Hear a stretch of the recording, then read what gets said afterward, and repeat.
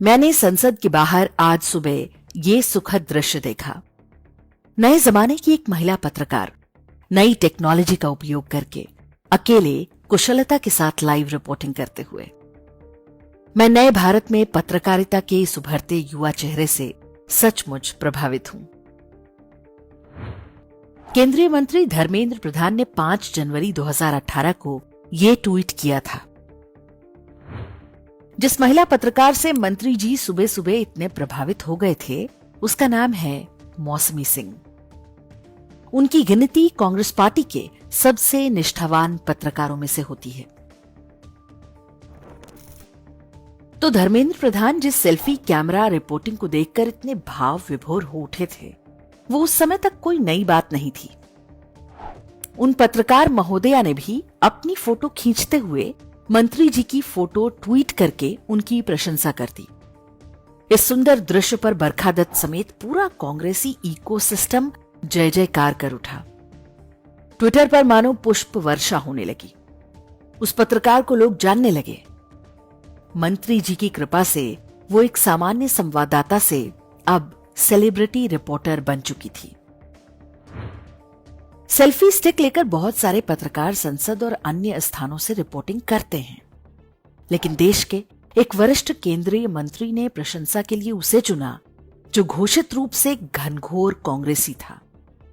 चलिए कोई बात नहीं, हम एक छोटी सी बात का बतंगड़ बना रहे हैं। मंत्री जी ने किसी की प्रशंसा कर दी तो इसमें ऐसा क्या हो गया?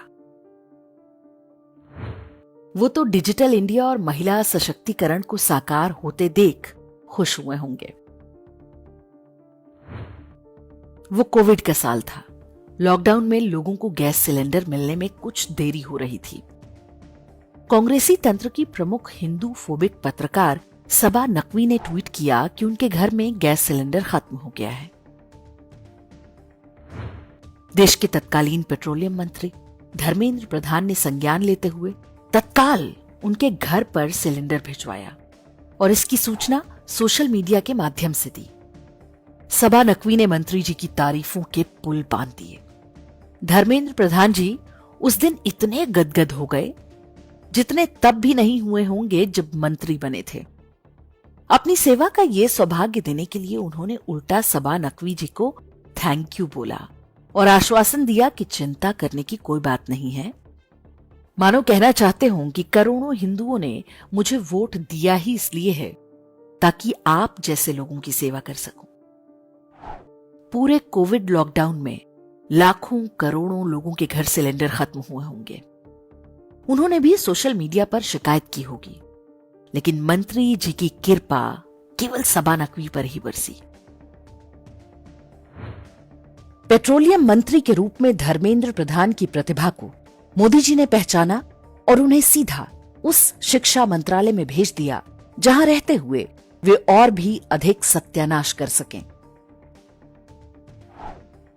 वर्ष 2021 में उनके आते ही जेईई मेंस का पेपर लीक होने का आरोप सामने आया। भारत की सबसे प्रतिष्ठित परीक्षा का पेपर लीक होना मतलब करोड़ों छात्रों का विश्वास टूटना।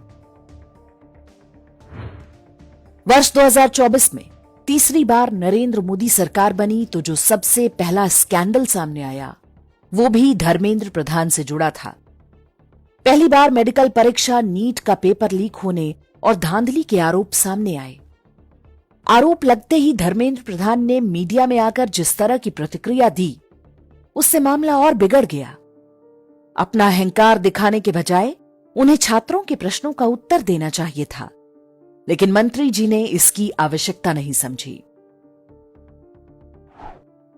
धर्मेंद्र प्रधान के ही कुशल नेतृत्व में 2022 में एनसीईआरटी ने टीचर्स ट्रेनिंग मैनुअल जारी किया था, जिसमें सिफारिश किया गया कि स्कूल में लड़की लड़कों के लिए अलग टॉयलेट नहीं होने चाहिए।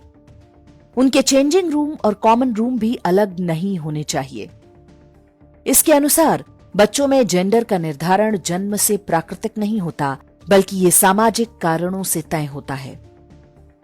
कोई बच्चा जब चाहे अपना जेंडर बदल सकता है। विरोध हुआ तो मैनुअल वापस लिया गया। लेकिन 2025 के अंत में दिल्ली के बुक फेयर में एनसीईआरटी के स्टॉल पर फिर से वैसा ही एक टीचर ट्रेनिंग मैनुअल पाया गया। इसमें अमेरिकी विश्वविद्यालयों से आयात हो रही वोक आइडियोलॉजी को कट एंड पेस्ट किया गया था। इसमें बताया गया था कि किसी बच्चे का जेंडर जन्म से तय नहीं होता, बल्कि ये एक सोशियो कल्चर कॉन्सेप्ट है। कोई बच्चा जब चाहे अपना जेंडर बदल सकता है। क्या यह संयोग मात्र है कि विरोध के बाद भी बार बार ऐसा टीचर मैनुअल घुसाने का प्रयास हो रहा है? ऐसा करने वाले कौन लोग हैं? क्या उन्हें कोई सजा दी गई? ये वो बातें हैं जो संदेह पैदा करती हैं कि शिक्षा मंत्रालय में कोई है जो बिक चुका है।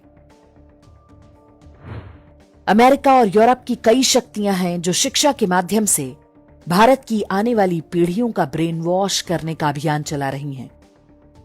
यदि धर्मेंद्र प्रधान उन्हें नहीं रोक पा रहे तो उन्हें अपने पद पर रहने का क्या औचित्य है?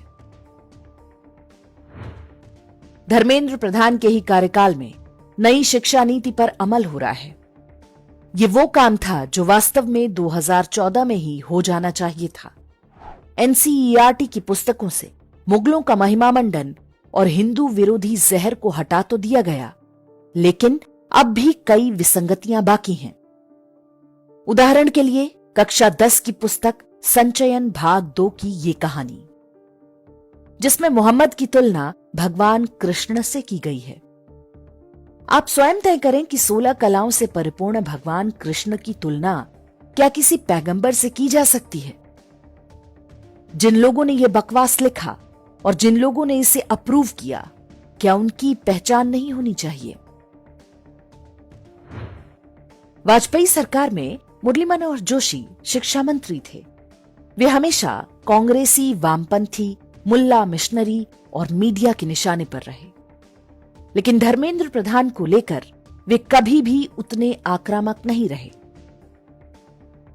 अकेले यही तथ्य ये बताने को पर्याप्त है कि धर्मेंद्र प्रधान अपना काम कितनी निष्ठा के साथ कर रहे हैं।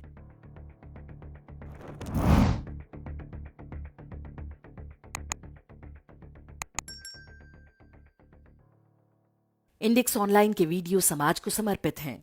आप इनको डाउनलोड करके जैसे चाहे वैसे प्रयोग कर सकते हैं। चाहे तो आप हमारे टेलीग्राम चैनल से जुड़ सकते हैं। वहां सारे नए पुराने वीडियो आपको मिल जाएंगे।